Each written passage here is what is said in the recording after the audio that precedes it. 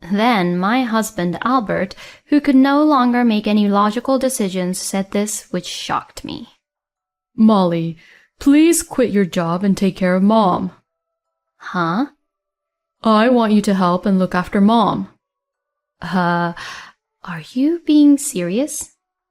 Honestly speaking, I think you're making a big deal, you know. What the hell are you talking about? This is a big deal for my mom, okay? You have to take care of her. No, so I heard that it's fine to just hire a helper during the day for a little while, until she starts her rehabilitation and gets used to it. But despite my calm explanation, my husband would not listen to me at all. Well, I didn't think you were that heartless. My name is Molly. I am 27 years old, and I work as a nurse at a hospital. I recently got married to my husband, Albert. I met my husband through a dating app, and he's kind, looks clean, and has a good job and a steady income. Nurses have night shifts, and our days off and shifts are not fixed, but my husband is understanding and shares the housework with me. For these reasons, I think I have found a really nice man. We were living a nice married life, supporting each other in this way, but about 6 months into our marriage, a certain problem arose. It was when we visited Albert's parents on New Year's Day.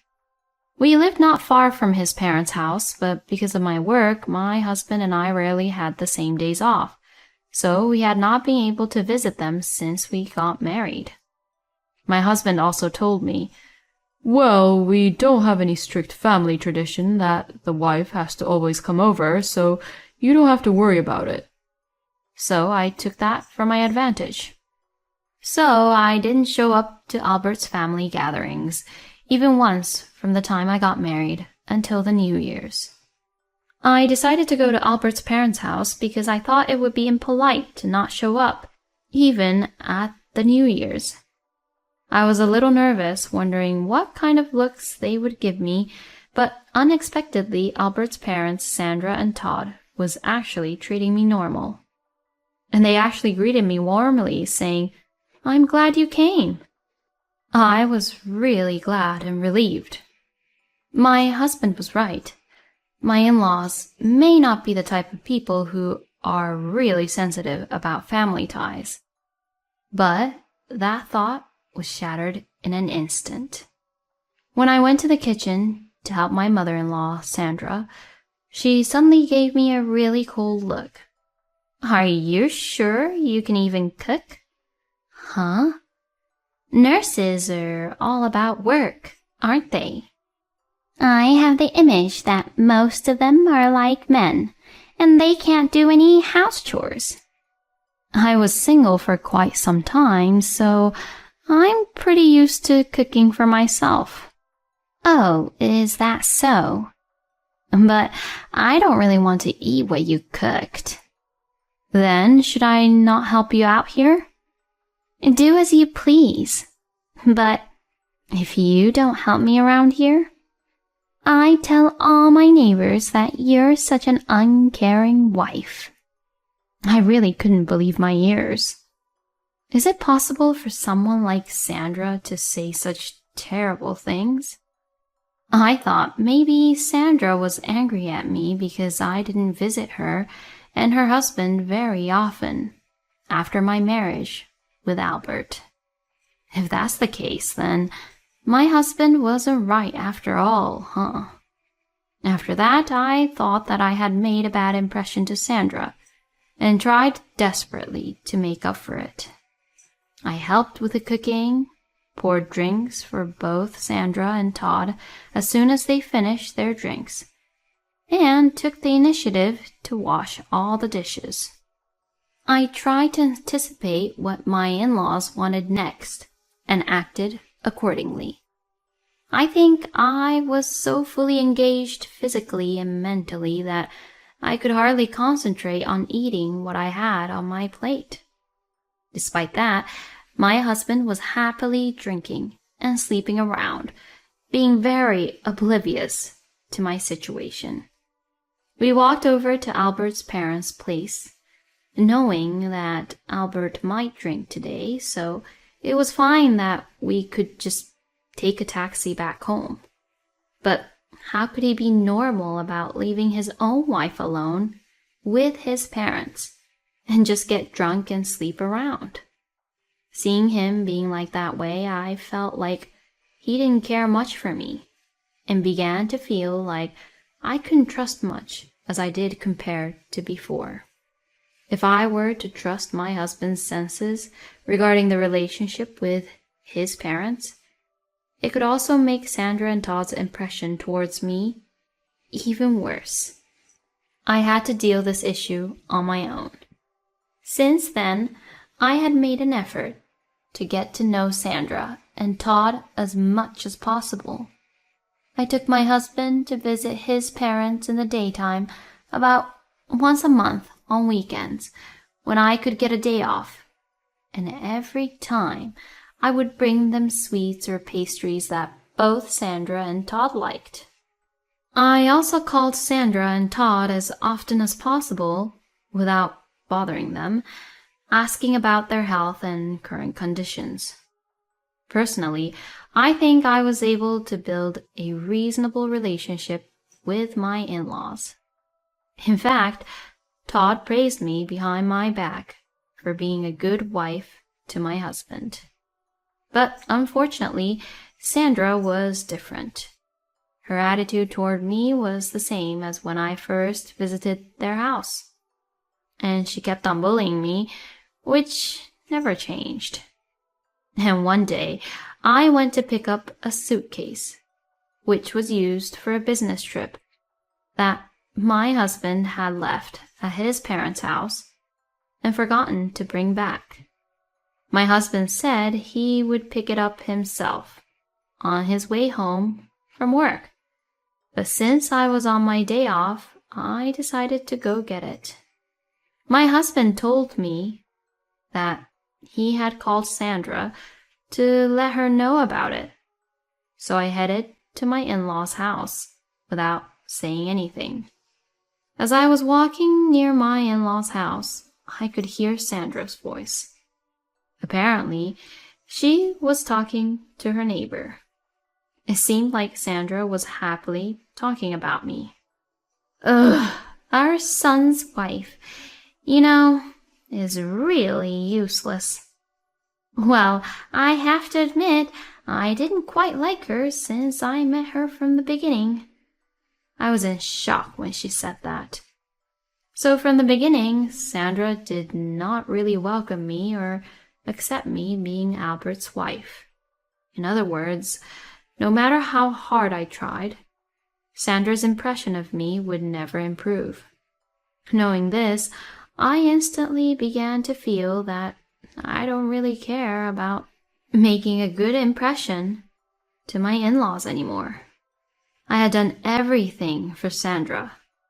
But if she didn't like me to begin with, then there was no need to care anymore. Since then, I have stopped visiting my in-laws on my own. When my husband visited his parents, sometimes I went with him, and sometimes I didn't. And like that, I began to prioritize my feelings. But of course, I did not suddenly cut off my relationship with them. That would have raised a few red flags for them. I tried to keep my involvement with them to the bare minimum, like giving them seasonal gifts and showing up Thanksgivings and New Year's. And for a while, we all lived peacefully, maintaining the relationship we all had. But then something unexpected happened. Sandra had an accident. Fortunately, an ambulance arrived immediately, and so Sandra's life was saved. But she was left with a slight paralysis on the right side of her body. Since Sandra is right-handed, even a slight paralysis would cause some difficulty in her daily life.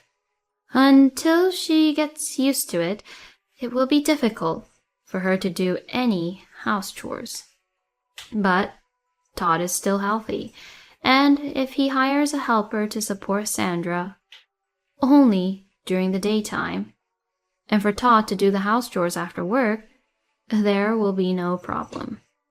I didn't think it was a big deal, but my husband was different.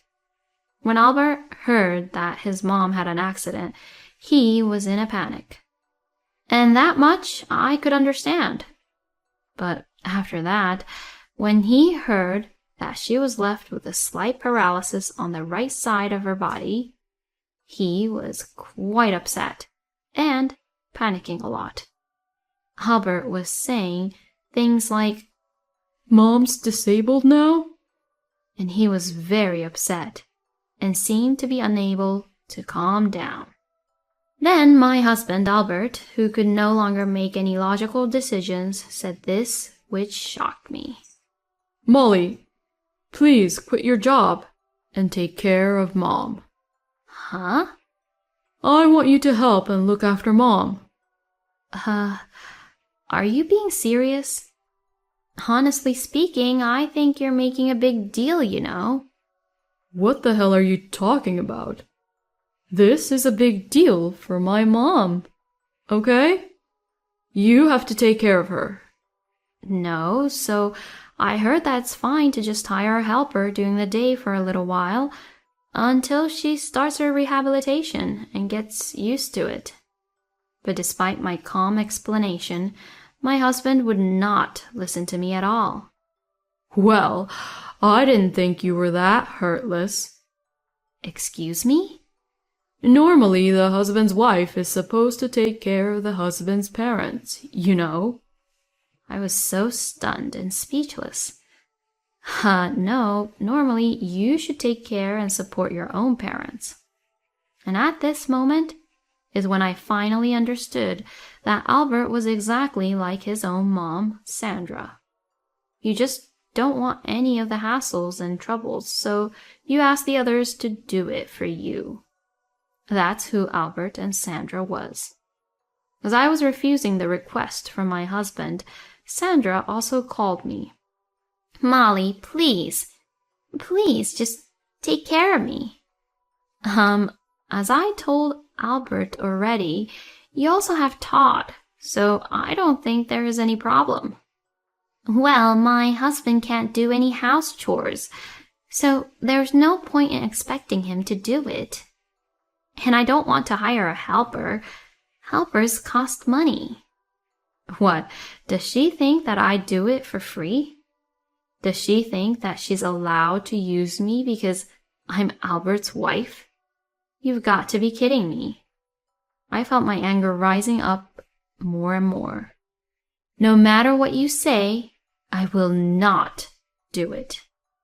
I won't quit my work, and I won't take care of you. What the? You better be ashamed of yourself. How could you be so cold and horrible? I mean, with all due respect, why are you asking me then? You didn't even like me from the beginning, did you? Excuse me? I actually heard you talking to one of your neighbors. And you were saying how you didn't like me from the beginning.